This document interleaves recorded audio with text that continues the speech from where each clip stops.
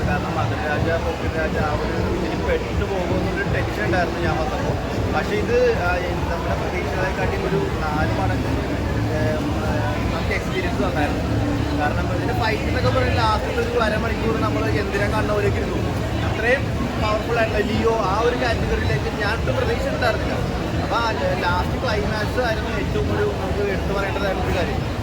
പിന്നെ സ്റ്റാർട്ടിങ് തുടക്കം തന്നെ ഞാൻ ഭയങ്കര ടെൻഷനിലാണ് സിനിമ കാണാൻ വന്നത്. കാരണം നമുക്കിടെ ഈ കഴിഞ്ഞ കുറേ സിനിമകളും, അതായത് ബ്രഹ്മയുഗമായാലും കണ്ണൂർ സ്കോഡായാലും ഈവൻ കാതലായാലും അല്ലെങ്കിൽ മറ്റേ നൻപകൽ നേരത്തെ, ഇതെല്ലാം നമ്മൾ വളരെ ഹാപ്പി ആയിട്ടാണ് തിരിച്ചു പോയാണ് കണ്ടിട്ട്. അപ്പോൾ ഇത് എനിക്ക് നല്ല ടെൻഷനായിരുന്നു. ഓവറാക്കി ചള്ളമാക്കുമ്പോൾ ടെൻഷൻ ഉണ്ടായിരുന്നു. പക്ഷെ ഭാഗ്യത്തിന് നല്ല നല്ലോണം വൈശാഖ് നല്ല ഹാർഡ് വർക്ക് ചെയ്തിട്ടുണ്ട്. സത്യം അത് എടുത്തു പറയേണ്ട. പ്രത്യേകിച്ച് ലാസ്റ്റ് മാർഷൽ ആർട്ടിലെ ഫൈറ്റ് എന്നൊക്കെ പറഞ്ഞിട്ടുണ്ടെങ്കിൽ നമ്മുടെ മറ്റേ അന്യല്ല മാർഷൽ ആർട്സ് ആ ഒരു ഫൈറ്റ് ഉണ്ടല്ലോ, അതേപോലെയൊക്കെ ലാസ്റ്റ് വില്ലന്മാർ വന്നിരുന്നു. അപ്പോൾ അവരുമായിട്ടൊക്കെ എങ്ങനെ ഫൈറ്റ് ചെയ്ത് നിൽക്കുമ്പോൾ ഒരു പേടിയുണ്ടായിരുന്നു. അപ്പോൾ ആ ഫൈറ്റ് എല്ലാം നമുക്ക് അടിപൊളിയായിട്ട് ചെയ്തിട്ടുണ്ടായിരുന്നു. രക്ഷിതമുള്ളി ഹാൻഡ്സ് ഓഫ് അത്രയും ഈ ഒരു ഏജിൽ ഇത്രയും എഫേർട്ട് എടുത്തിട്ട് ഫൈറ്റ് ചെയ്യണമെന്നുണ്ടെങ്കിൽ. പിന്നെ ടൈലൻഡ് നല്ല അടിപൊളിയായിട്ടുണ്ട്. ഈ സെക്കൻഡ് പാർട്ട് വരുമ്പോൾ രീതിയിൽ ഒരു ടൈലൻഡും കൂടി കൊടുത്തിട്ടുണ്ട്. അപ്പോൾ സത്യം പറഞ്ഞെങ്കിൽ എനിക്ക് ഞങ്ങൾ വളരെ ഹാപ്പി.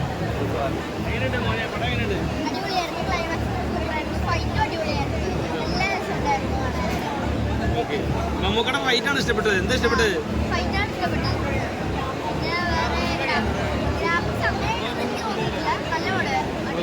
മറ്റേ വില്ലൻ എങ്ങനെ ഉണ്ടായിരുന്നു? രാജ്വി ഷെട്ടി തന്നെയായിരുന്നു മമ്മൂക്കയുടെ വെടിക്കെട്ട്.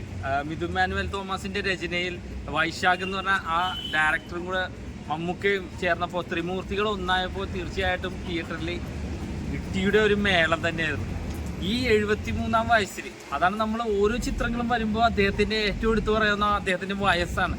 ആ ഈ വയസ്സിലും അദ്ദേഹം സ്റ്റണ്ട് കൈകാര്യം ചെയ്യുന്നത്. എന്ത് ഡൂപ്പുണ്ടെന്ന് പറഞ്ഞാലും എന്ത് ആര് സഹായിക്കാനുണ്ടെന്ന് പറഞ്ഞാലും എഴുന്നേറ്റ് നിന്ന് ചെയ്യണമെങ്കിൽ ഒരു പവർ തന്നെ വേണം. തീർച്ചയായിട്ടും ദൈവത്തിന്റെ അനുഗ്രഹം കൊണ്ട് അങ്ങനെ ഒരു പവർ മമ്മൂക്കക്ക് കിട്ടിയിട്ടുണ്ട്. ഈ ഒരു ചിത്രത്തിൽ നമുക്ക് ആ സ്റ്റണ്ടിൽ ഒന്നും പറയാനില്ല. അദ്ദേഹം നിറഞ്ഞാട്ടം തന്നെയാണ് നടത്തിയിരിക്കുന്നത്.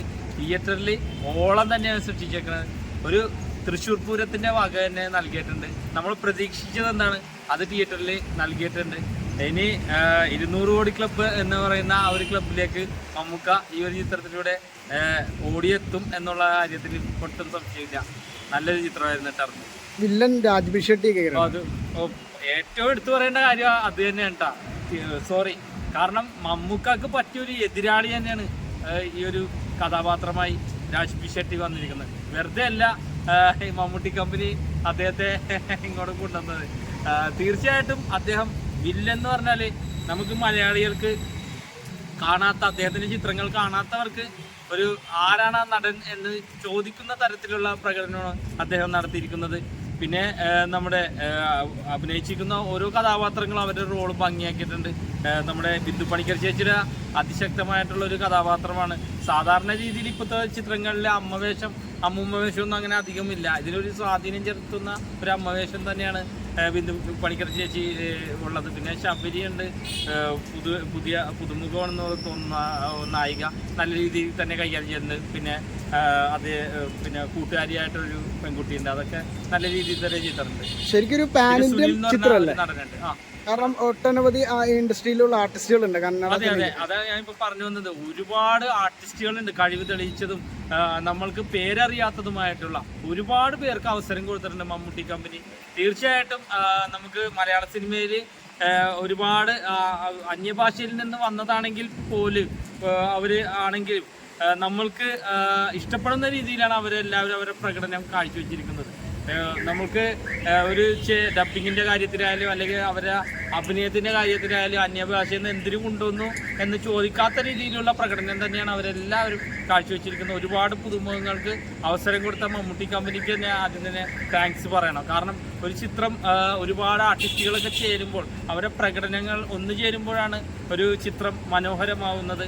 തീർച്ചയായിട്ടും ആ ഒരു കാര്യത്തിൽ മമ്മൂക്കയും അതേപോലെ തന്നെ വൈശാഖ് എന്ന് പറഞ്ഞ ഡയറക്ടറും മിഥുൻ മാനുവൽ തോമസും ഒരുപാട് ആളുകൾക്ക് അവസരം ഒരുക്കി കൊടുത്തിട്ടുണ്ട്. ഈ ഒരു ചിത്രം ഒരുപാട് ആളുകളിലേക്ക് എത്തട്ടെ. അവധിക്കാലം കുട്ടികളോടൊത്ത് കുടുംബമൊത്ത് ആഘോഷിക്കാൻ പറ്റിയ എല്ലാ ഭാഗങ്ങളും ഉള്ള ഒരു നല്ലൊരു ചിത്രമാണ് ടർബോ.